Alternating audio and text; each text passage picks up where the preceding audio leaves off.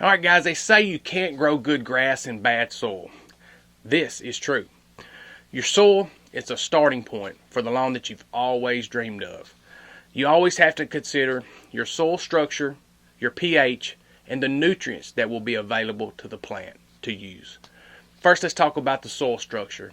The soil structure is basically just a makeup of the soil, whether it's a clay soil or a sandy soil, for example. If it's a heavy clay soil, something as simple as aerating that soil could provide huge benefits for the lawn.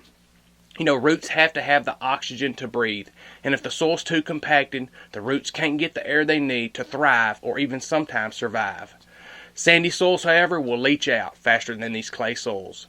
Leaching is where a nutrient like nitrogen will move its way down throughout the soil profile and eventually is no longer available to the plant. Next, let's talk about pH. The pH of the soil is found when you do a soil analysis or get a pH reading from the soil. The pH will tell you the amount of acidity that is in the soil.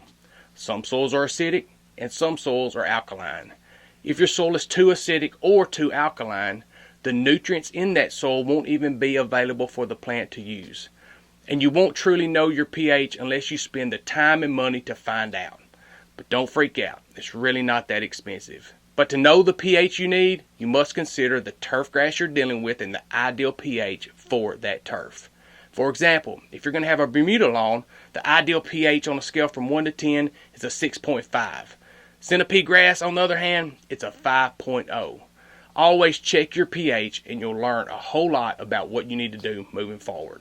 Alright, so lastly, you need to know the nutrients that are available in your soil for the plant to be able to use it.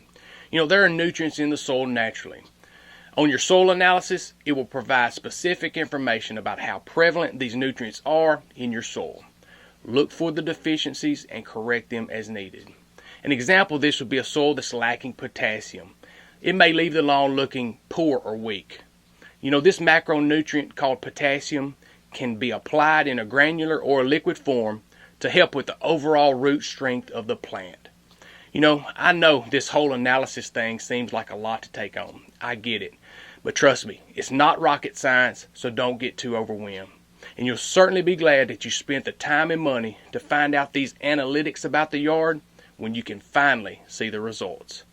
And take note, all soils are not created equal, and that's why all lawns don't look the same.